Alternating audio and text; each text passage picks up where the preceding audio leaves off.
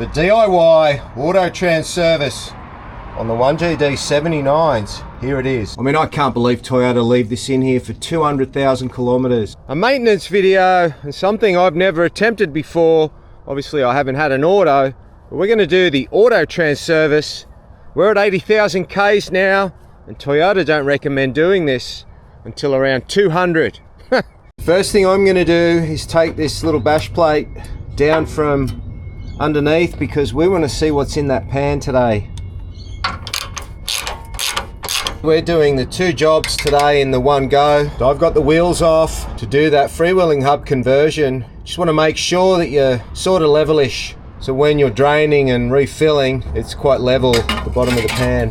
Now while we wait for the real mechanic to show up, I'm going to go and drain the gearbox oil out. I've got a sheet of ply down in case. Who knows where it's going to go. So it's a darkish type of colour, quite thin. I mean, I can't believe Toyota leave this in here for 200,000 kilometres. It is hydraulic fluid, so it is going to be thin. We'll let that drain. Tiny, tiny drain plug, isn't it? So no more fluid. We'll put that bolt back in. Just like a normal manual transmission or even your transfer case, that 24mm bolt up there is going to be the filler plug. That's why I've got the ply down, because I plan on making a mess when I fill it back up. Not intentionally though. And it's actually got a gasket type washer or O-ring, and it's got like a countersunk section. So a little bit different to how you would see the housing on that. Now this here at the bottom of the pan is an overflow plug. That's the next guy to come out. We'll be using a 5mm hexagon socket for that. Well, that's what the literature I'm reading says to use. Just going to use an Allen key, unless it's too tight. No, we got it. Everything's so small. The bits and pieces that we got to do this job, we got new washers, gaskets. That's an O-ring. That's for the filler plug. There's a gasket that I have not pulled apart yet. And then we've got the oil pan gasket. This is called a strainer assembly rather than a filter. So what have we got? 1, 2, 3, 4, 5, 6, 7, 8, 9, 10 bolts. Real mechanics here, hooray! Welcome. Look at the size of these things. These are the size of the bolts the kids' motorbike seats have to get to the filter. It's true. Let me just hold it for you. You got it? Yep, I've got something. It looks pretty clean in there. Wow, look at that. And that's how much oil doesn't come out. Right, so what does that overflow plug do? They don't call that a filter, they call that a strainer. Yeah. Alright, so you're going to take that off and... Yep, we'll whip that off and have a look. Awesome, I'll go get rid of that oil. Should we paint this blue while we're out? If you want to. No, we haven't got time. We're going to be back at work in morning tea. It's pretty cool looking in there. It's amazing. So what are all these individual... So these are all your control solenoids that open and close the valves that tell the transmission what gear to be in. In the olden days, this was all just controlled by hydraulics. Yeah. You had like a big labyrinth of oil pathways under here. The old ones look heaps cooler than this, but don't you think that looks small? Like, it's quite a small... It is a small transmission. Yeah. So tell me something, when I go into tow haul and they say it locks it into a gear... So what they're doing is just changing the programming of when the ECU turns these valves on and off. Okay, so it just holds them in longer from what it feels like when you're driving. Yeah, yep. And when you lock it in a fourth... Oh, so it'll lock the converter? The converter, there's a magnetic or hydraulic locking mechanism in the torque converter that stops it being a torque converter and turns it into a clutch. Yeah. You have to be careful with that, and it has to unlock when you give it full throttle, because the clutch in the converter can't handle the full torque of the motor. So you'll find that even when it's in lock up when you're towing, if you hit a big hill and just give it a bit more pedal, you'll see it on the tacho. It'll unlock, and that's good. It needs to do that. Okay, but it looks so clean. Yeah, and it's got to be spotless in there. We've got to make sure that, you know, once we get this strainer off, that we give it a bit of a spray in there and let it dry. So like you said, if you were to just drain and fill, look how much all that stays in the pan. So you're mixing your new fluids in with it.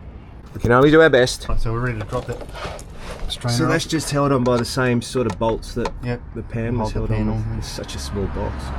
Careful your eyes. The bucket. There's another half a litre there. Guess that. That's all right. That's why we got the ply down. Yep. You didn't get any on you? No. It's definitely discoloured, but that's the colour of the oil. Yeah. And turn it around. So yeah, that's this guy here. Yep. So yeah, he has sent me everything you need. I recommend you do this, don't you? Yeah, but it looks good. Like there's no chunks of metal or anything. And Yeah, but just to get all that old oil out, we got another good half a litre out. Yeah, if you're doing a lot of towing or heavy duty stuff. Yeah. Heavy duty. Heavy duty. Okay. No salt water. No, there's no. Oh, it's on a little bit.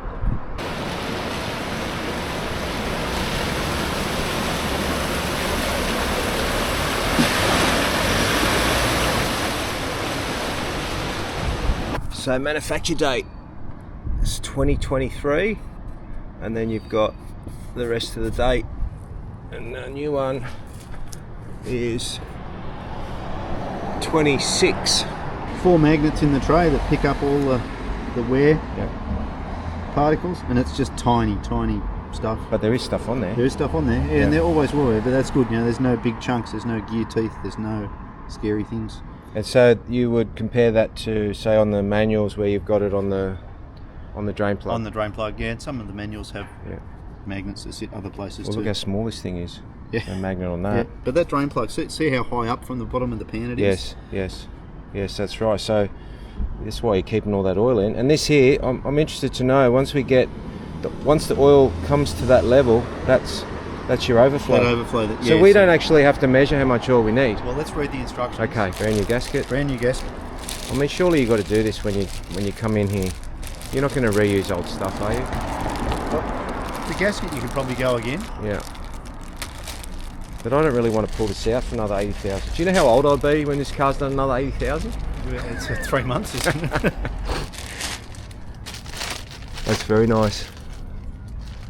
Yeah, you really can't let any dirt at all go in there. It needs to be spotless. And that's why these hands aren't touching it.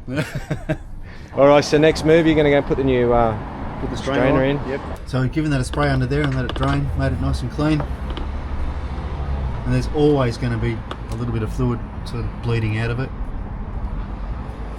But I think we've done better than what you would do if you're just draining and refilling. Absolutely, yeah. 3 bolts hold that up. 3 bolts hold that up. Alright, this is dinner for table number 14. Table number 14. There's your dinner. I'll have a spotless pan, please. Yep, you got a spotless pan with a couple of magnets on the side. Beautiful. It's really nice. There's as much oil out of that as we can possibly get. I won't let him use the gun on it.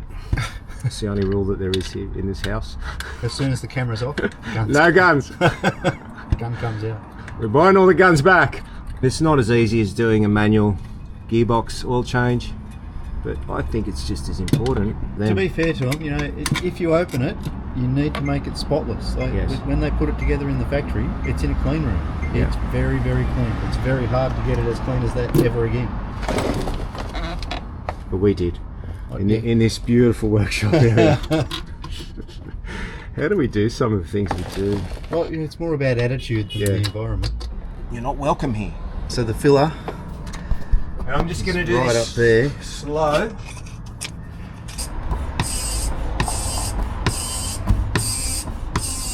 Yeah, this is like the top shelf liqueur at the airport, the one you can only buy duty free. It's like $1,000 a bottle of port. Well, so more than 2 litres has gone in and we're still not getting anything out of that overflow. There you go. Okay, we're coming out the overflow now. So just let that overflow for a minute. You let that drain until it's just a trickle, and then you put the overflow plug in, and then we put 4 litres in. You forgot something. You forgot to put the filter in. Oh no! Okay, that's slowed down to a trickle so we can put the overflow plug back in. Add automatic transmission fluid to the refill hole until it comes out the overflow hole. Yep. Wait until the fluid stops and only drips out. Put the overflow plug back in. Why do they call it a hexagon socket? I call it an Allen key. It's an Allen key. Yeah. I got a friend who calls them Cornwalls. give me a Cornwall. Give me a 6mm Cornwall. Why is I'd be making a sandwich. 4 litres. Put 4 litres in. We need to put 4 litres in once we get fluid coming out of the overflow. Alright, you're right. Let's go to 5 litres and then we'll pump it down to... Down to 1. Yep.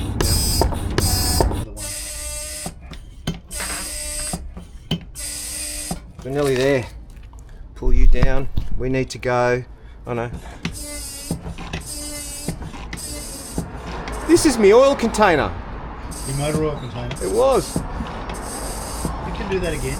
water container from Bunnings with the 8.2 litre mark, the Penrite 0W20C5 filled to that mark, and you walk away. Job's done and no oil is getting spilt.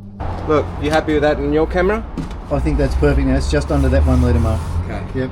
And look, there's not that much information about oil volume for these things. One person says this many litres, someone else says the opposite. And with no dipstick, what I'm doing here is I'm putting all the old fluid back into the container just to know that we're, you know, in the same ballpark. So what we've established here is about the 5 or so litres. I mean, we dropped quite a bit, so we're not too far wrong. I'm not sure if it's just me or if it's everyone that wants to see this filter.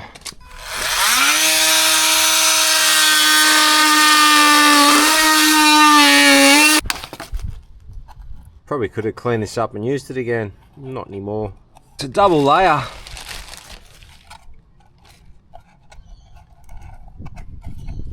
Capra stuck up in there. It's a tree to keep you upright. Oh, you're gonna get this. I think it might flip. I don't think you, even on its side, it's too wide for that space. You actually physically don't fit through the gap. Nice try. I'll prove you. Oh, look at this. He's gonna get it, eh? You are too. Look at this. I don't know how to get the rear up. Okay, you got the front through. Now you... Oh, no way. Unbelievable. Look at that tyre. You don't like those tyres. Look at it back. My rear servo won't move. Oh, you jammed. Can you get out of it? I need to push my rear up. Are you still trying to come forward? My rear tyre is in. Oh, you're through. I'm gonna do it. You are through. No, my rear tyre's still gonna go over this. No, you're through. But you're going to be on your side. Alright, so what I'm gonna do is I'm gonna get up and I'm gonna floor and it's gonna do like three roly polies and it's gonna land on its feet down there. Oh my goodness, check it out. It is like a spider. Send it. I don't wanna break it. No, don't break it. Or maybe don't. You're actually just gonna crawl it anyway. Nah. That's gonna make it. You need to move this timber. Can I move need it? to floor it. Let's move that. There you go. It's still not gonna work. It will. It's gonna work easy. It's gonna work so easy. You did it. I can't believe. Oh, hang on a second. Yeah. Oh, you did all the hard work. KO. And ended up with an orange light anyway. We're back for round 2. We ran out of time yesterday. Got to check the fluid levels. One more flush to do. Also a couple of containers for this next little bit of business. Because we've got the front wheels back on, because we were obviously doing the freewheeling hubs at the same time as the auto. We've got the jack under the back, lifts the driver's rear, but also lifts the rear, keeping it nice and level for this next bit. And what we did yesterday after we put the 4 litres in, once it stopped dripping out of the overflow, with the motor running, we threw it into the gears for 3 seconds each, let all that oil move around, and back up through. So what we're going to do now is we're actually going to drain the fluid. And we've got to make sure that there's 4 litres in the container once we are taking it out through the overflow plug. So the couple of extra containers we picked up, obviously that's the one we used yesterday, but that's for my engine oil. So we need to replace the engine oil one. Now that's been contaminated with the old oil, and now we need one for this morning's project. So with the filler plug out to help the oil run, we'll undo the bung, which is the overflow bung. So we've seen inside this pan, so it all makes sense. We've got a block of wood and our container. We might just put another bit of timber just to get it a little bit closer. So we're supposed to have 4 litres. So once the oil went into all its spots it needs to go into, I don't think we got 4 litres in there. So it's obviously gone into the torque converter and any other little nooks and crannies that it had to go into. So this is why you've got to do this. So we've gone in there and we've opened it up to change the strainer and clean it all up.